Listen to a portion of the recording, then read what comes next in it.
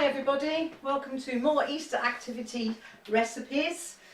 I'm Liz Williams, Director of Reach CIC and the Coordinator of REST, which is Ready to Eat Stronger Together. A couple of housekeeping things before we start. Please make sure your hair is tied back, that you've washed your hands and that your surfaces are clean. Then gather everything you need and do your prep before you start going. If you're using a sharp knife, please make sure it's an adult who uses the sharp knife. The children can do everything else. Alright, let's go. Right, we are going to do magic with Pitta. So I've got some stale Pitta bread and we are going to make pizzas with them, which are a nice size for lunch or a picnic snack, because obviously you can eat Pitta cold. So we just take our recipe and we spread, for starters, if you like just tomato with your Pitta, 3 tablespoons, or not as many if your Pitta's not very big, of passata onto your Pitta bread. I have a slight twist here for you because you can also, if people prefer something a bit spicier, you can use barbecue sauce. One of our people on our cooking courses gave us this and it works really well. Oops. Unlike the top of the barbecue sauce bottle. Obviously it's a bit thicker, but it does exactly what you want and gives you a slightly different flavour. Okay, so that's 3 bases done. That was slow, wasn't it? And then we can add whatever we want. So I've got a selection of veg here. I've got some peppers, which I've taken out of the freezer, which is fine because they will defrost while they're cooking.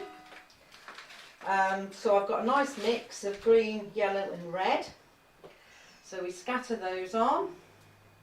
You can actually put whatever vegetables you like on these. So there go the peppers. Some can have more than others, depends if you like them or not.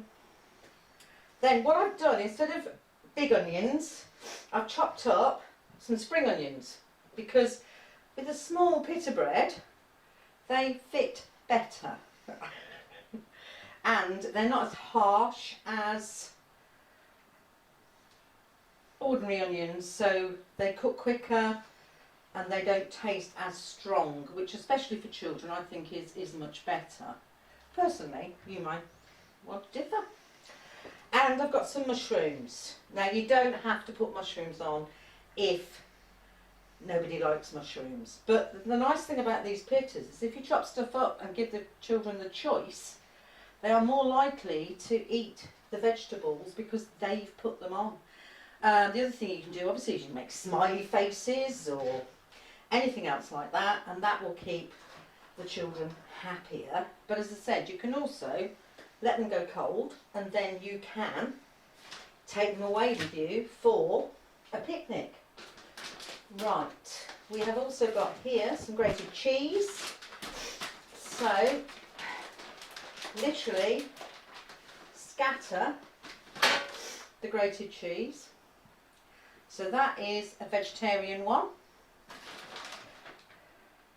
The next one, I'm going to put some chorizo on, so that's not vegetarian, but you can buy this really cheaply and then you just spread it, you just put it on the top before you put the cheese on. And then we cheese everything. I've done it on the baking tray because, as you can see, grated cheese falls off pizzas. And I might have to reshuffle the chorizo so I can get the cheese in. But as I said, this is real cooking, not fancy chef cooking. Right, so that's it. You have just made Pitta bread pizzas. So I'm now calling them pizzas. And they go in the oven at gas mark 6 for about 10 minutes. I don't want to drop them on the floor. About 10 minutes. Just keep checking them towards the end to make sure they haven't burnt. Okay? You'll be able to tell when they're cooked because the cheese will have melted and it will look like a pizza. In they go. Okay. Hi. Whilst the other pizzas are cooking, what we're going to do is make some pita bread crisps. They're dead easy. You can do what you like with them once you've got them. If you keep them in an airtight tin, they'll keep for 2 or 3 days. So again, nice picnic food or just nice food to pick at. So, back to our stale pizzas. We slice them in half as evenly as we can, like so. And then we cut them into strips. Not too big, not too small. About centimetre in width. Once we've done that, brush them with some oil.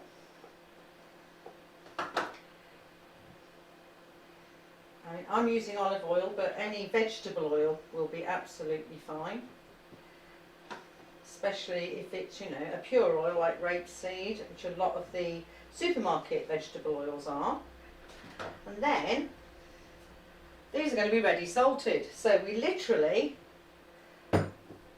cover them, well, not cover, you know, put a sprinkling of salt on them, and then you put them on a baking tray. Now what I've also got here is a couple that I prepared earlier to show you. You can use other things. So if you like it a bit spicy, I've got chili flakes. Don't go too mad because, you know, they could be extremely hot. Then I've got mixed herbs, which you can get really cheaply in any supermarket, and that gives you a much more sort of Mediterranean flavour to your crisps. A little bit more of that. And what I have here is a spice mix that I've had in the cupboard, and it's for a Greek salad. But it smells really nice, so I'm going to try that on another one. So again, anything you've got in your cupboard is quite good. I mean, if your very favourite herb is something like thyme, then you can do it with thyme as well. So these now go onto the baking tray, just as they are, fitting them in because, you know, I'm not the best at baking trays. And they then go into the oven again at 6, and they cook between 10 to 12 minutes. Now, I have set my smoke alarms off before now because I haven't kept an eye on them, and once they've gone, they really go. So really keep an eye on these. So they are going into the oven at gas mark 6, whilst I just see how our pizzas are doing, because they're beeping at me. And they need a couple more minutes, but that was all part of keeping my eye on it to make sure that I don't burn anything. So, the crisps are in now, and the pizzas are just finishing off. So, if I just give it 4 minutes, that should finish the pizzas, and then we can flick the pita bread crisps over as well. Okay. And here are our pita bread pizzas, or pistas, or whatever you want to call them. All 3 ready to go. You need to put them now onto a cooling rack. I'll just move my bowl.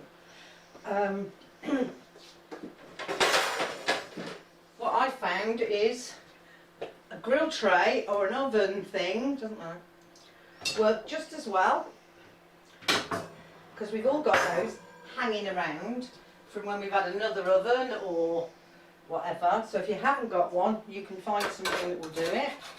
And then literally